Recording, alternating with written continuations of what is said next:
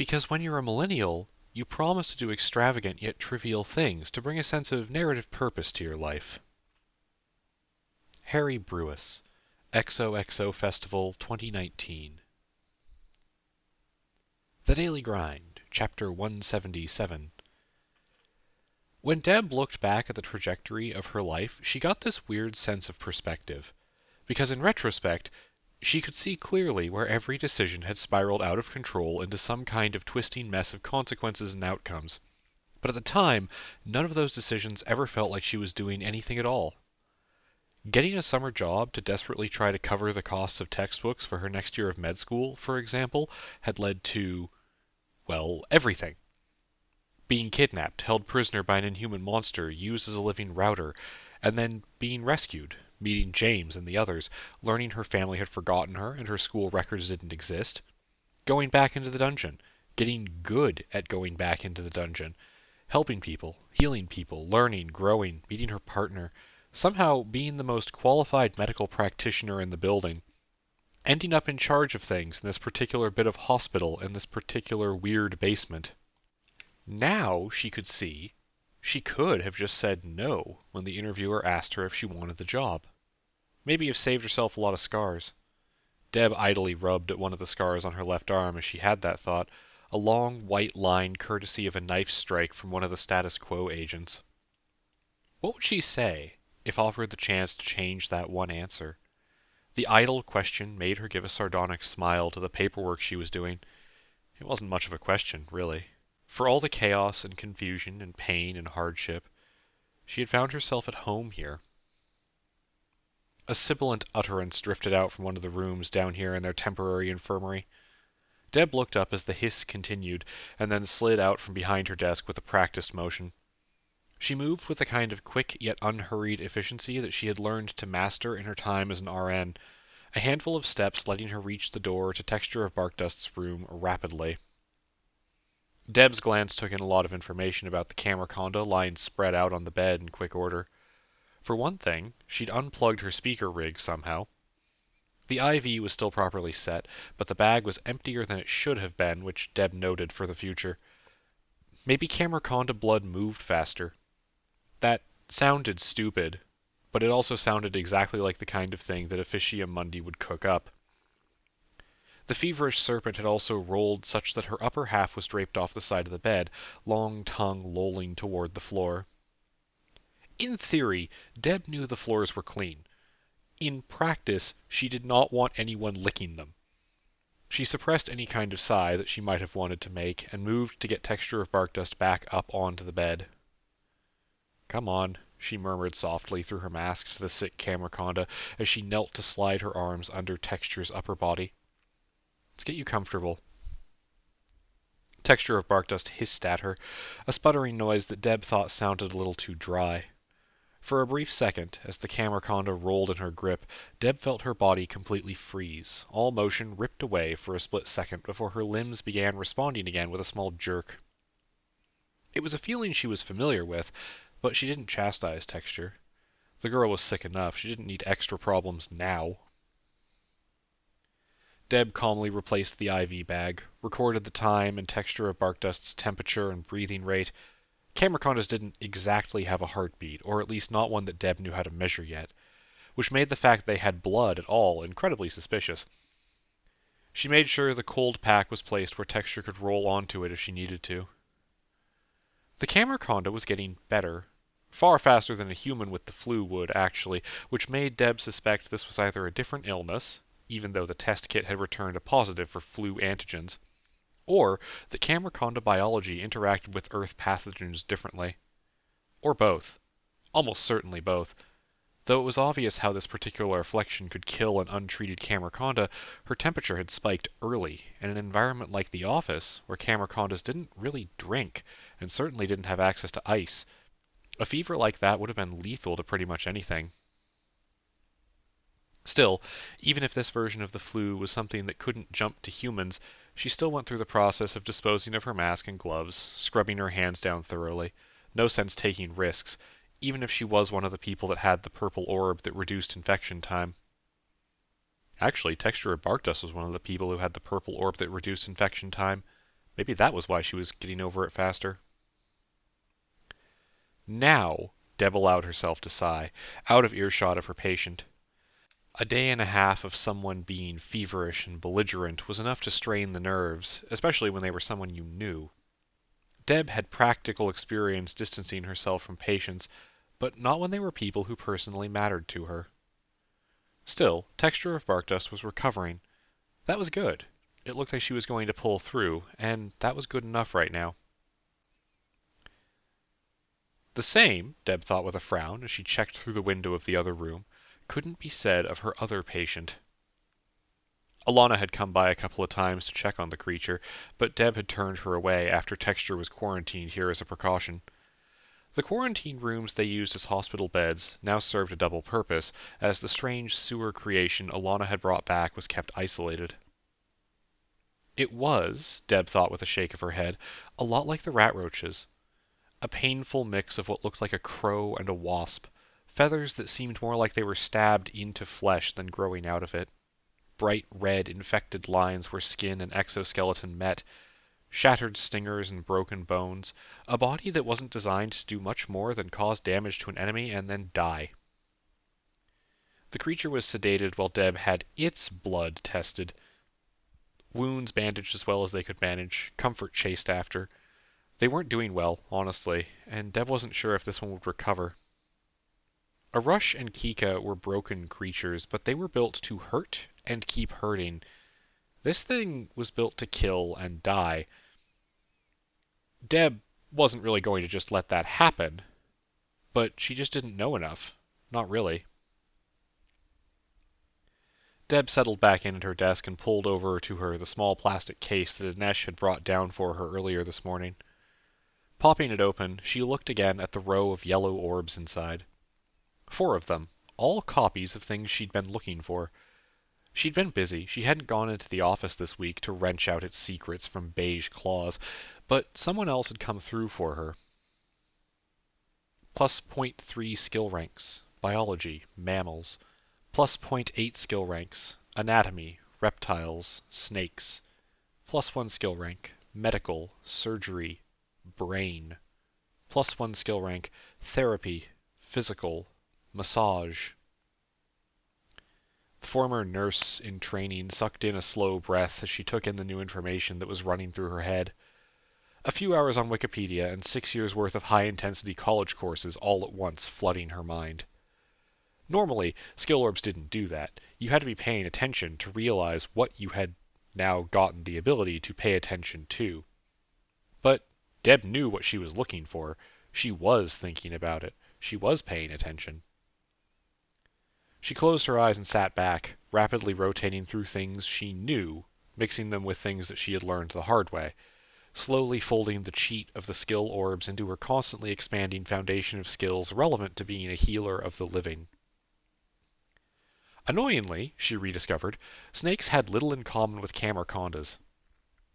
She'd done quite a lot of reading a few months ago and had come to the same conclusion, but the shoring up of the yellow orb's skill rank confirmed it. Still, the new points were never something that she would turn down.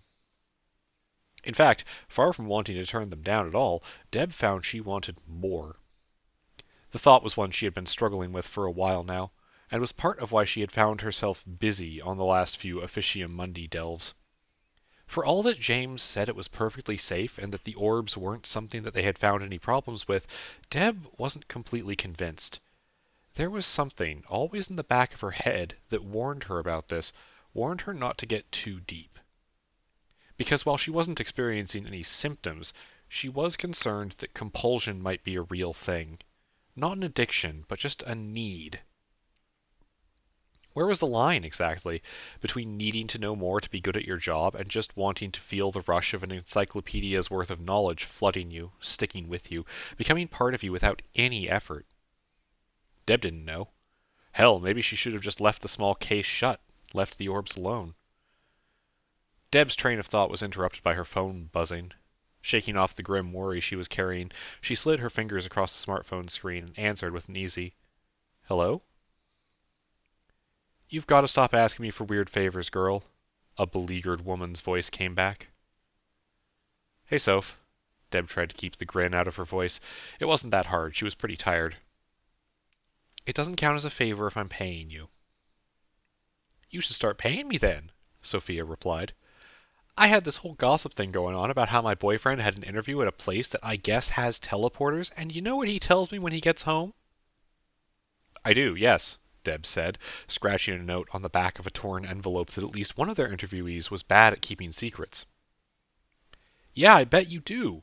The other woman's voice sounded torn between anger and laughter.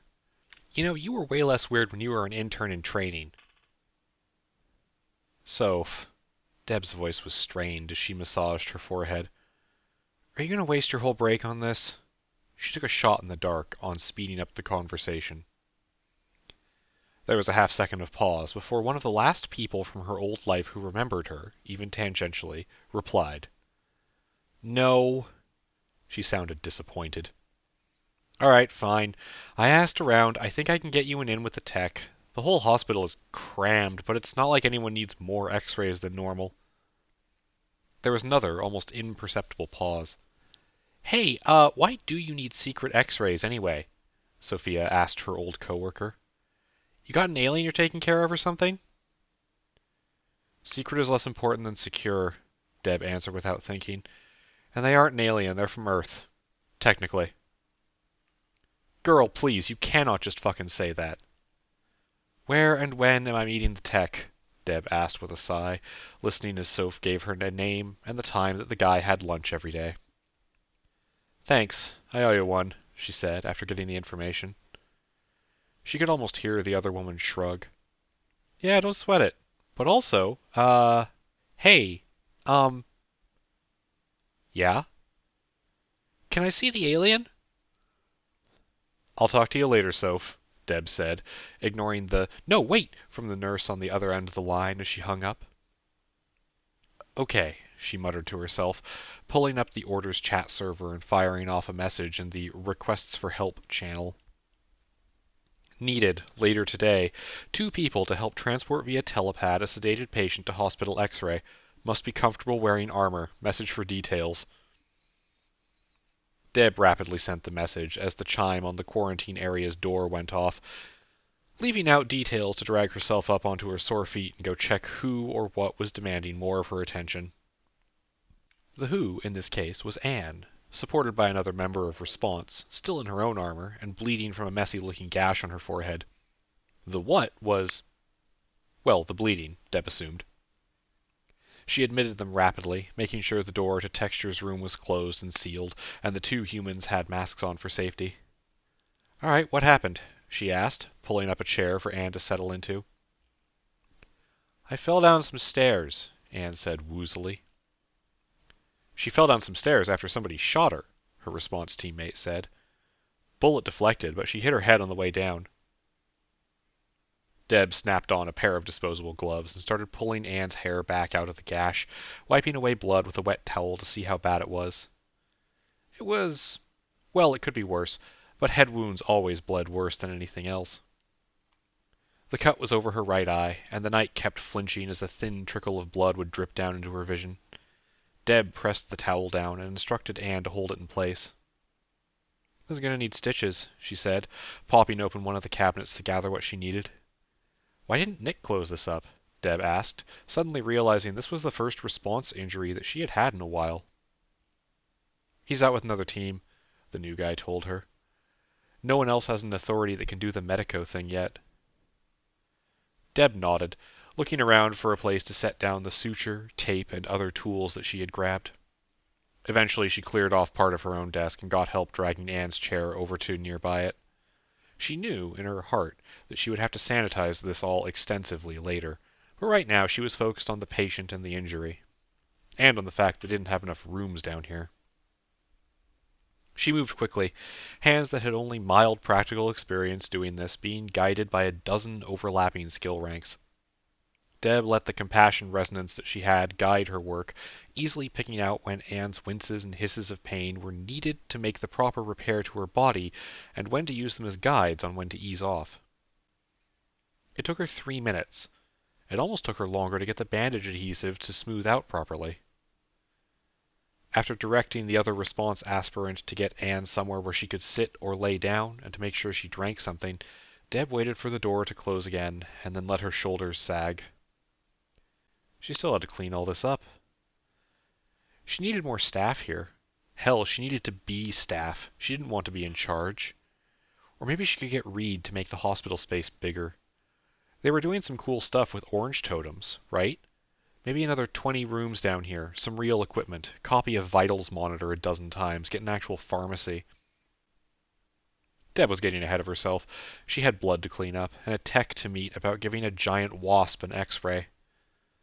The plus side was, being a nurse and being in med school had both prepared her for not sleeping much.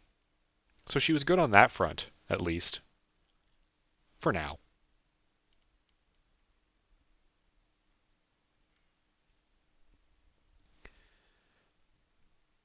Morgan's life had gotten weird.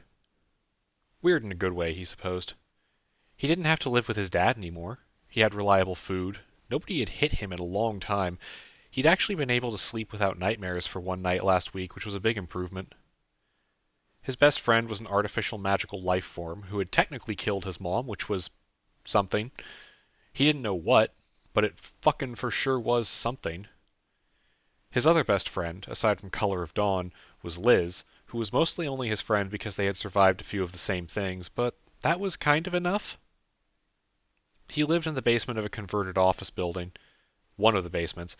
Morgan thought the basement thing was awesome, but while the literal magic of it seemed permanent, the emotional magic wore off the third time he had to take the stairs back up because he had gone down to the wrong basement. On a given day, Morgan didn't really know what weird thing he was going to see, what new strange creature or person was going to walk in the door, what small magic might be going on in the common area, or what everyone in the dining room would be talking about. It was pretty great. The only problem was, he didn't really know what he was doing either. It was, unbeknownst to Morgan, a problem that afflicted basically everyone his age at some point. And it wasn't like he didn't have stuff to do. He helped out around the lair sometimes. He read a lot, that kind of thing. But he wasn't actually one of the Order's aspirants. He didn't have a job here. He didn't go on delves. He just kind of existed. Existed and played a lot of video games. Part of him had this constant dread that he wasn't building marketable job skills like his mom had always wanted him to pursue, or that, by essentially abandoning high school altogether, he was going to end up illiterate and broke for his whole life. But Morgan didn't know how to fix that, and asking people for help was terrifying, so he hid in his room a lot and tried to distract himself. Which only worked until Liz found him and dragged him to lunch. Color of Dawn would just hide with him, which was nice. The Camerconda had gotten one of the original sets of mechanical manipulators that their people had started using, as the engineers built more streamlined and stronger versions, but the original was still good enough for mild soft control. For something like, say, playing Street Fighter. Morgan was good at Street Fighter. Color of Dawn was also, it turned out, good at Street Fighter. They hung out a lot. Liz, though, was not good at Street Fighter, but was good at convincing both of them to try new things, and that meant that they couldn't hide forever. This was one of those things that was strange, but strange in a normal way. Liz was actually really shy. She was often quiet. She would usually imply more than she would ever say out loud, but she was the one that kept nudging them to help the landscaping efforts, or go to the guitar class, or something else that popped up on the community board this week. Today, Liz had dragged him up to the dining area to a social gathering, and Morgan was absolutely sure that she had gone crazy. Because the people they were hanging out with were high schoolers. Other interns. Well, just interns. Morgan and Liz both had special circumstances, so they didn't really count as part of that particular program that the Order was trying. Color of Dawn had basically the same special circumstances, but its version was way more extreme. And now, Morgan was realizing that despite the similarities in lifestyle upheaval events and also being the same age, he had nothing in common with these kids. Yeah, it's kinda hard, Jess was saying. She was a junior, and like every other one of the half-dozen interns at the table, she was a huge overachiever. Her face, kinda round, showing off her Mexican heritage, was twisted into a grimace as she talked about her history class. I mean, AP classes are all hard, right? She asked the table, and got a couple sympathetic answers from the other students. We're covering the Great Depression right now. It's like 2 hours of homework a night. Morgan felt himself shrink into his seat, gnawing on some of the sliced fruit that Marjorie had deposited into the middle of the table when they'd arrived, trying to put his anxiety into chewing. The conversation kept wrapping back around to school, and every one of the people here seemed smarter than he was. Not for the first time, he felt like maybe following Liz this time had been a mistake. Color of Dawn came to his rescue, partially. Is Great Depression worse than normal depression? The Camerconda asked, pivoting its head to look at Morgan. Because he had been asked directly, it was hard to fade away and let one of the actual students answer. No, it's a historic event. Or a few years, I guess. I don't know how long it went on for. It was about 90 years ago. There was a thing where a bunch of mistakes made money and food run out all at once. Morgan knew that his description wasn't even close to the whole answer, but he hoped that nobody would think he was dumb for it. It's not the mental health thing, he clarified. That's just regular depression. Depression. No regular. Instead of everybody seeming to think he was an idiot, he somehow got the worse option. Oh, are you in the U.S. history class too? The guy across from him, an impossibly tall dude with a long red scar down the side of his face named Brian, with a Y, asked him. Morgan was pretty sure the guy was either on the basketball team or was the basketball team. Morgan floundered. No, I don't go to school, he said quietly. Oh, like getting a GED or something? Brian asked him. Not unfriendly, just being curious. Morgan didn't really relax. I don't know, he muttered. I'm just kind of... He waved a hand around, trying to express anything. Surprisingly, to him at least, no one said anything mean. There was actually just a moment of quiet and a set of sympathetic or pained expressions. Morgan almost jumped out of his seat when he felt Liz set a hand on his arm. But when no one made fun of him or looked at him like he wasn't important, it started to click with him. His circumstances weren't actually that unique, were they? Everyone at this table had lived through something that they maybe shouldn't have. He glanced again at Brian, realizing that the scar cutting across his face probably came from a rat roach knife strike. How many of them had scars like that, hidden under their clothes, or had friends they would never get to talk to again? Morgan didn't exactly relax completely, but he did feel some kind of connection that he hadn't before. He kind of surprised himself by breaking the silence. Should I even try to get a GED? He asked. I don't even know what that would take. Like, I've been learning math by listening to Mars lecture me when we're weeding. Another girl spoke up, a rail-thin kid named Maddie who tried to hide how skinny she was under a large layer of thick sweatshirt. Wait, you get to get high with the engineers? She said with an affronted tone. I want to get high with the engineers. Liz's giggle made Morgan smile in turn. He means gardening, Liz said. Weeding, like getting weeds out of the garden. We help out with the garden and farm stuff. Mars does too sometimes. He says it's meditative. I mean, it's probably more important than learning math, a guy who clearly hated math said, folding his arms and grumbling. Yeah, but plants are boring, Jess drawled out, reaching for more of the shared plate of fruit on the table. What Morgan wanted to say was, plants are cool, in defense of this small personal hobby he had stumbled across but felt a weird connection to that he couldn't explain. What he said instead was nothing. Morgan did what he was good at. He kept his head down and didn't challenge the other kid, because it wasn't like she was trying to be a bully or anything. Jess probably didn't realize how bad it felt to hear that, and... While Morgan was busy stewing in his own teenage angst, though, his friends did have something to say.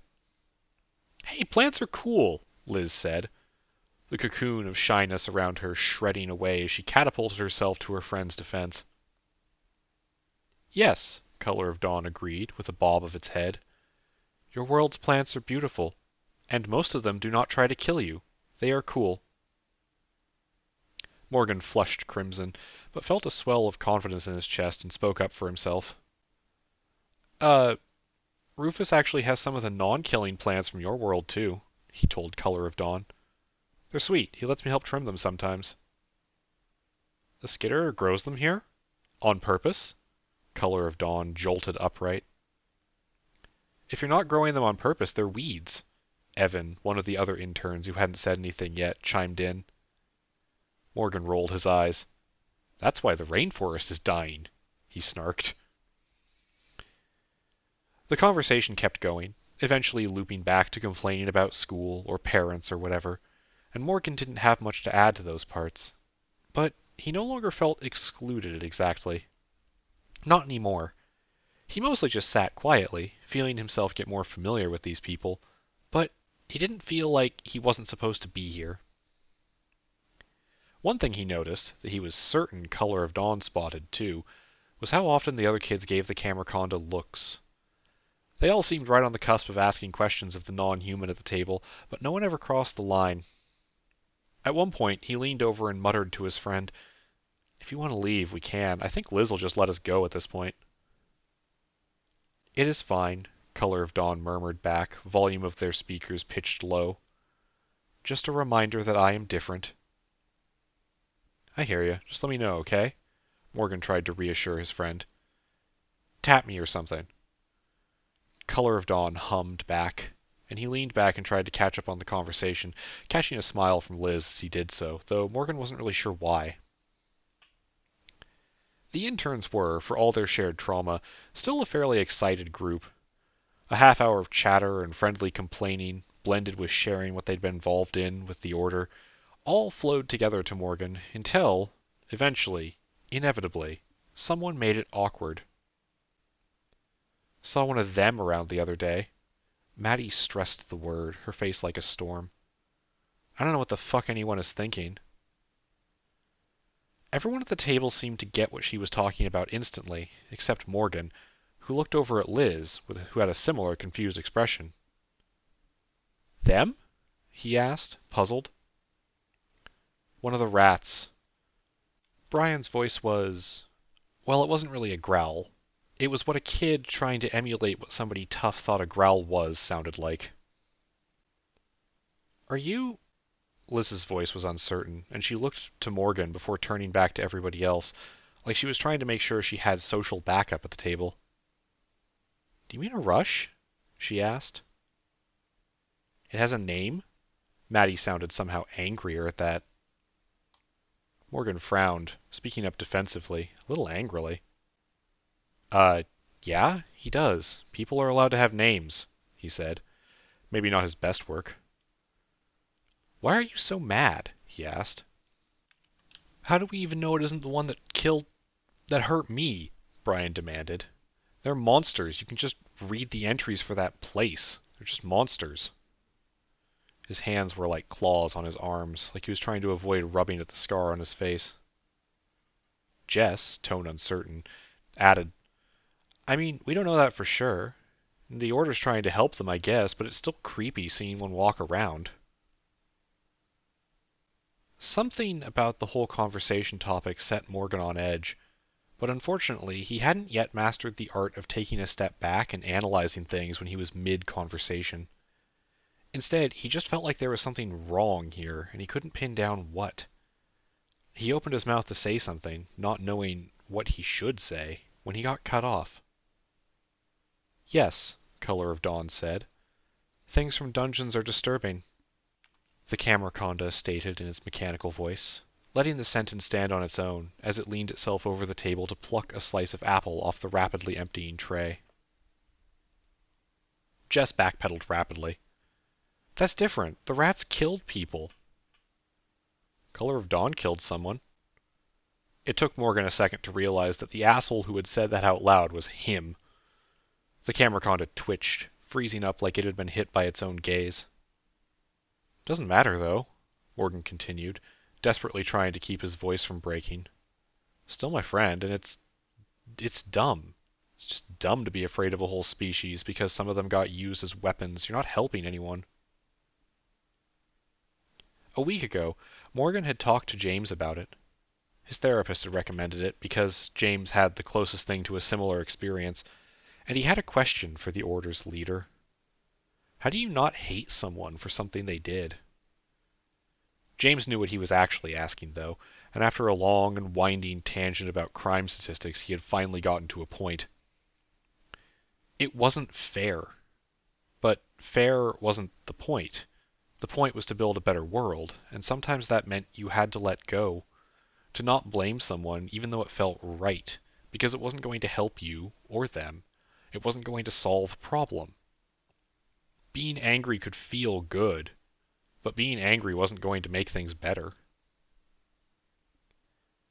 Morgan, trying to echo those words, was definitely butchering them, but right now he was pretty sure that he understood the point perfectly, like he could see it from a broader perspective. Also, he's not a bad person. Liz folded her arms defiantly. He wouldn't be here if he was, right? Yeah, well... Evan leaned forward, propping himself on his elbows and facing Liz. If he's not a bad person, why is he beating up your mom? What? Liz looked confused. Even Brian felt like that was a little stupid, leaning over and smacking Evan on the back of the head. A your mom joke? Really, dude? The tension didn't go away, but it did diffuse slightly. Evan, though, just looked confused. What? No, the kid insisted. Down in the gym area. Your last name's Ward. Ms. Ward's your mom, right? He asked Liz, and got a nervous nod. Yeah, she and the rat were totally brawling. Morgan gave his friend a sympathetic nod. Yeah, he's right. Sort of. Your mom is one of the knights teaching a Rush how to fight without hurting himself, he said. He's not bullying her or anything. She could absolutely kick his ass. He's still hurt, from the climb. Morgan shuddered. He did not have good memories of the mountain dungeon. What? Liz burst out. Since when? How do you know this? I just am around? Morgan shrugged, feeling guilty for some reason. Like, stuff happens while you're at school, You're sure it's my mom? Liz looked uncertain. Yes? She usually works with a Rush one-on-one after her kendo class. That's how I know. Morgan shrugged. Like, I do stuff when you're not here. Liz looked like her world had been completely upended. My mom is taking a kendo class? Liz, your mom's the teacher of the kendo class. Before Liz's whole concept of her mother could crumble around her, one of the other interns spoke up. I get it, he said. But... The kid looked down at the table, going quiet. But they're just... Scary? Morgan asked, trying not to be unkind. Yeah. The word was a whisper, but no one contradicted it. I think I'm a bad person to say this, Morgan admitted, because I'm scared of, whether I can get a job, But I don't think it gets less scary if you just let it eat at you. Maybe ask to talk to one of them sometime. Just say hi. Let it get to be normal. Jess gave him a disbelieving look. You have a job, she stated. No? Morgan was kind of annoyed. That was the part of his attempted heartfelt statement that she had focused on. You work here, Jess insisted. I live here, Morgan told them. Where else am I going to go? He said bitterly. Brian scratched at his face. I kind of don't want to. He jumped back into the conversation. I kind of want to just hate him. Then you belong here less than they do. Color of Dawn snapped, with a sudden anger in its voice that made the student flinch back. It looked over at Morgan, camera lens blinking as one manipulator arm came up to tap him twice on the shoulder. More overt than subtle than Morgan had intended, but he still nodded. Okay, well, we need to go. He interrupted the protests from the others at Color of Dawn's words. And I'm bad at this, but, like, nice to meet everyone. Some of them didn't look super happy with the awkward exit, but half of them did wave or say somewhat friendly goodbyes, despite how the conversation had turned out. Liz spun out of her seat and followed them, waving backward as Morgan and Color of Dawn headed down the hallway to the main room and the elevator. You didn't have to leave too, Morgan told her. You were having fun, right? Yeah, but we can go back later, she shrugged. You looked upset. I was, he said. Am. Whatever. I am upset also, Color of Dawn spoke from ahead of them. They are children. You're children too, Morgan poked fun at it. So are we. I can't even buy weed. Still, hey, you had a whole conversation. Liz elbowed him as they waited for the elevator. Where'd all that stuff come from, anyway? Morgan smiled shyly. James, I guess? I talked to him about... He glanced over at Color of Dawn and sighed. About this, sorta. I get that they're angry, but it's not okay to hate someone who didn't do anything. As soon as he said it, he realized he'd left that part out. Or even if he did, hating doesn't fix anything. It just... I don't know, maybe I'm stupid. You're not. Liz's words had a sudden fire to them. You're not, she repeated. You know my family left, right? Liz whispered, voicing words that she had kept to herself the whole time. Morgan kind of knew, but this wasn't something they talked about, even as friends. My dad, my brothers, they just forgot everything. Forgot my mom, ignored me, ignored so hard they left me too, because of something like Planner. But my mom's friends with Planner. You two are friends. She pointed at him and Color of Dawn in turn. Aren't you, happier? Morgan froze as the elevator doors opened, watching Color of Dawn as the camera conda slithered through the doors and turned to poke its snout into one of the buttons, completely foregoing the use of the mechanical arm pack that it had attached, and waiting patiently for Morgan and Liz to follow. Happier. He was happier somehow. He was nervous all the time, scared of the future, and still felt useless and stupid most of the time. But he was happier. And he knew, suddenly, in his core, he would never have been happier if he had held on to hating someone. Are you coming or not? Liz asked from in the elevator, holding the door open for him. Oh, shit, yeah. Morgan jolted back to alertness and followed. He'd have time to think about it all later. For now, there were video games to play with his friends.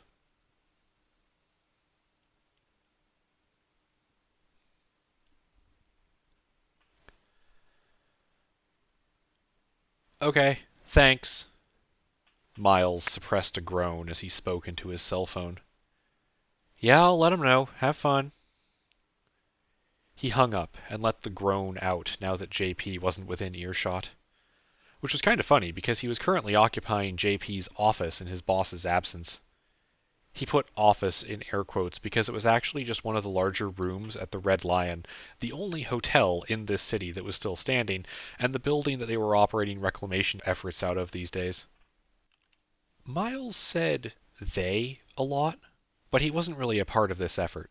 He was just filling in for JP for a few days while he and everyone else who knew what they were doing ran off to fight a cult? Miles wasn't clear on exactly what the nature of the problem was, but it sounded important enough. Miles was mostly here to help with communication and planning. His time as a spy, it seemed, was on temporary pause, a fact that both he and Yin found kind of insulting. The two of them had been basically left on standby here while JP pivoted to the alchemist case, which, yeah, really made it feel like his boss didn't trust him not to get himself killed. So instead of letting him chase after a bunch of potion-chugging body snatchers, Miles was dropped into a crumbling city full of angry necromantic hunks of clawed asphalt. God, he was so angry at JP right now. What did he say? Yin asked, looking up from where she was crossing off buildings on the wall map. She had stolen the more interesting part of the job that was split between the two rogues and was basically in charge of exploration of the city. Depressions haven't moved much or said anything since yesterday, so he and Dave are just doing a stakeout, I guess. Miles glared at the phone in his hand, as if he could somehow transfer his ire to JP through the already cut connection. So we're on our own here, I guess. Again? Could be worse, Yin told him, scratching a red X through a house that had been demolished completely by the asphalt assault during the mechanic's last attempt at apotheosis. I mean, we're not really on our own. We can always ask for help. It's not like there's any emergencies going on. Miles winced at the invitation to bad luck. You literally do not know that, he challenged her. Oh, come on! Yin gave him a grin with some barely contained rude glee in it. What could possibly go wrong? Please, Miles begged her, cutting her off. You know what we do. You know that could actually do something. She gave an overdramatic, artificial sigh. Fine, but look, it could be worse. At least the hotel doesn't smell anymore. The hotel didn't smell anymore because Miles had managed to get a hold of some of the copies of the green orb that removed garbage every day. It was small enough to go in the one miscellaneous copy run every week, and Bill had handed them off to Miles when he'd come down to help assess building stability. The diminishing return on skills meant it made more sense to let 4 different people crack the orbs, so Miles had handed them off to the 4 ex-cultists to learn about birds or whatever. The diminishing returns on the area effect also meant that the building only magically vaporized 25-ish pounds of trash a day.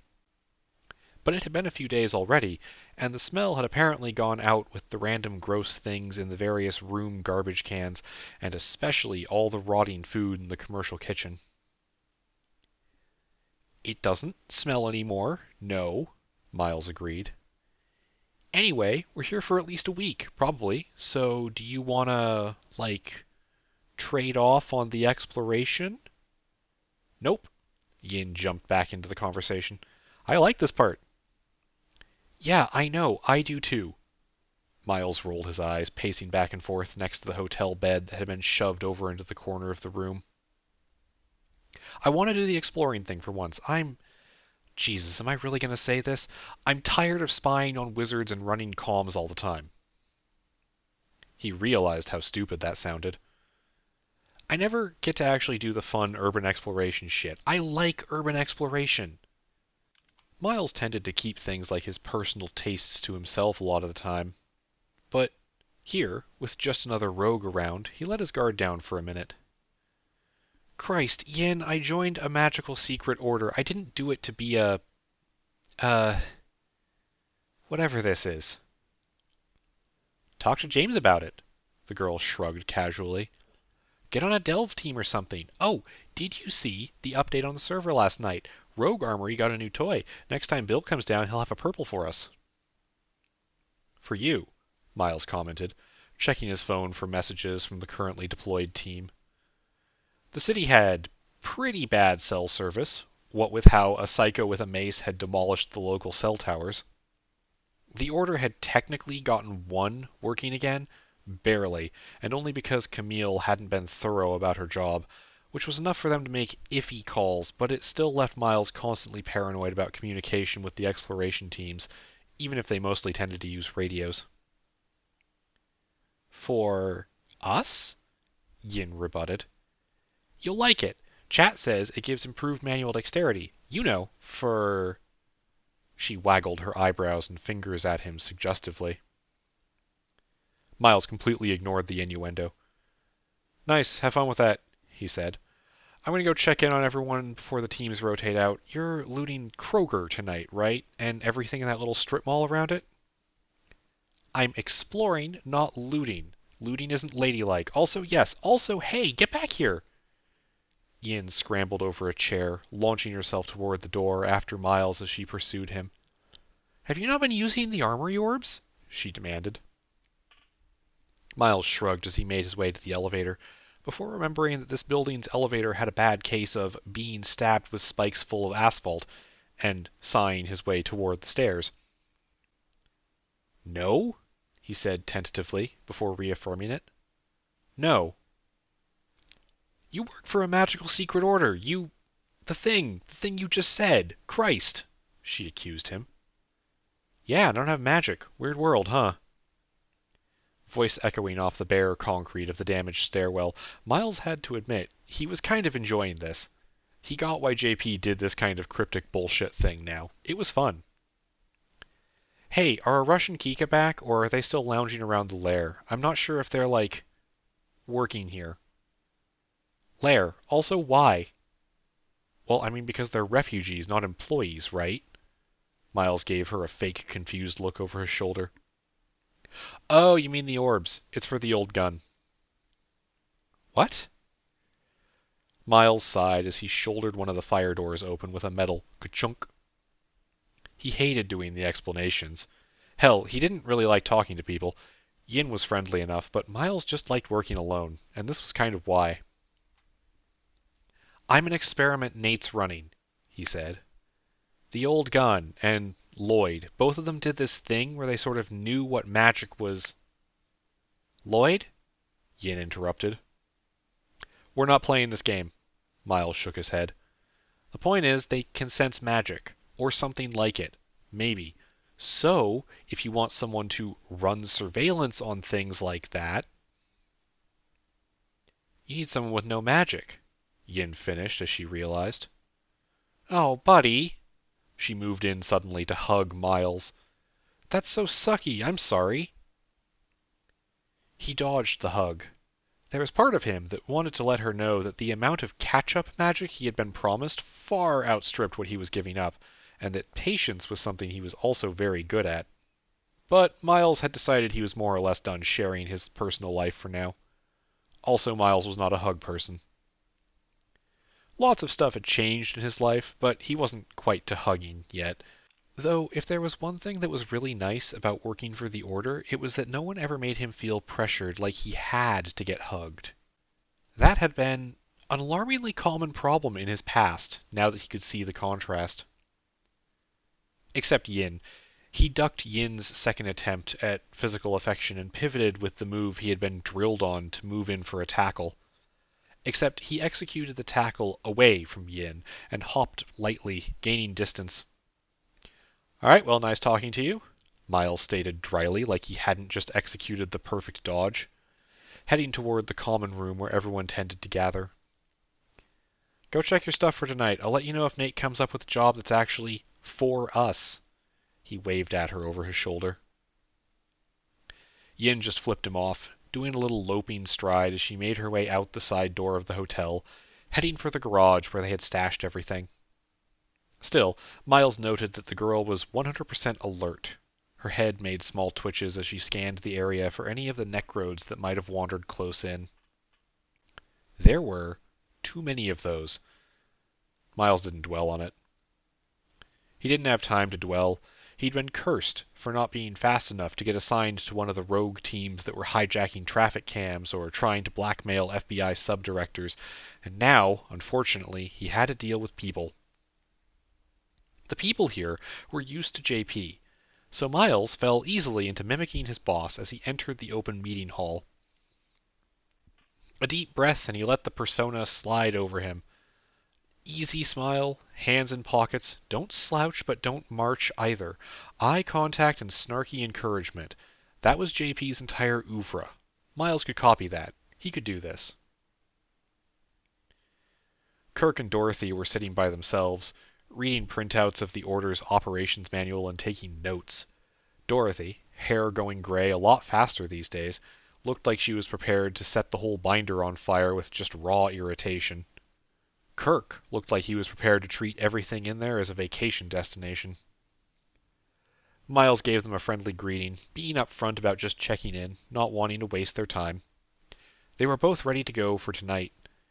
He quickly found out, which was a relief, that he didn't have to keep having a conversation. Dorothy was... well, she was older, that was for sure. At least in her 60s, Miles knew. And while the Order had found a few purple orbs that did a good job of improving her health and comfort of living, she was still not someone who you could just expect to be okay with expeditions on a nightly basis. which was a shame because she had two different spells from the Horizon that were both incredibly useful to the reclamation crew. Being able to draw stability out of roads and direct it where she chose was a great way to secure buildings they needed to sweep that were at risk of collapse. And the spell that gave her telekinetic control over gasoline was sometimes the only way they would ever dare risk sweeping a gas station or anywhere else that had a highly flammable spill. By contrast, Kirk was ready to go basically whenever. Miles had actually had to stop him from picking up extra runs, and this conversation was just a reminder of how damn eager the kid was. It was also a reminder that it was too easy to think of Kirk as a kid, when Kirk was, in fact, older than Miles himself, but whatever. He just really wanted to get out there and see and use magic. He could render a journey safe with one of his Horizon spells, which sounded like the kind of causality violation that the operations manual heavily warned against, but it was a boon for getting back okay, especially after a potentially painful run-in with some of those asphalt claws. They were both doing okay, which was good. Miles didn't bother reminding them of anything. They'd gotten in the routine at this point. He was just being friendly, making them feel welcome. He didn't overstay his own welcome, though, and moved on. Bill was trying to get his phone to connect so he could keep up on what research was doing with the orange totems. Miles could empathize with that, really. You finally find the one thing you love doing, and then you get sent off to somewhere else.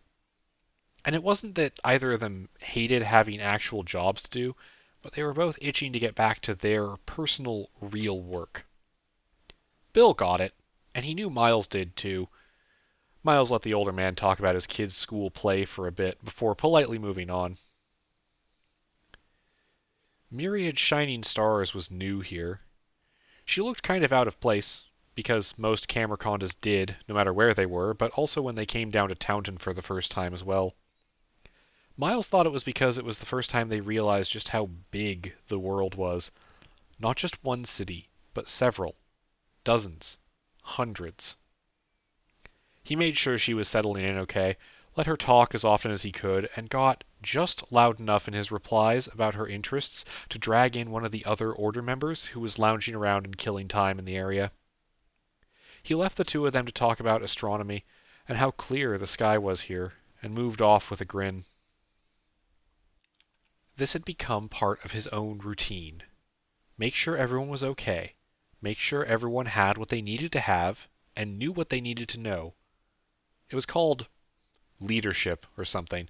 It was exhausting, and if Miles hadn't just been pretending to be JP, he could have easily become emotionally overwhelmed.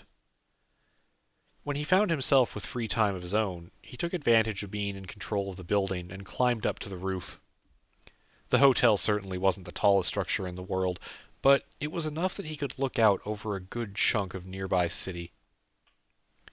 Cold, damp evening air chapped his lips as he surveyed the buildings and streets near them in the blue-gray light of late afternoon. A trio of vehicles rolled out from the attached parking garage, the second team moving out to scout a little more of the city as the Order continued efforts to secure and clean up the area. In the distance, the cries of animals and birds sounded, the urban area suddenly devoid of humanity being rapidly reclaimed by the coyotes and raccoons. Were they coyotes? Miles went to look it up on his phone, and then remembered the data limits with a disappointed scowl. He caught a glimpse of motion on the roof of a building in an office park about a mile away. A figure that he couldn't really call humanoid. Black textured parts separated from each other as they hovered in the air, perched on the edge of an AC unit, twisting back and forth as it stared at the city just like he did, and it seemed it noticed him just as he noticed it. It was almost a moment of camaraderie. Typically, the creatures never left the road. When they did, they didn't stray far. Seeing one on a rooftop was a different experience. Miles pulled his radio off the clip of his belt. "Necrode on the roof, coming up on your right," he called into the exploration convoy. "It doesn't look berserk, but be careful." He sighed, letting his breath fog the air in front of him, pulling his coat over chilled arms. He couldn't wait for JP to get back. He just wasn't made for this city. It was too weird for him.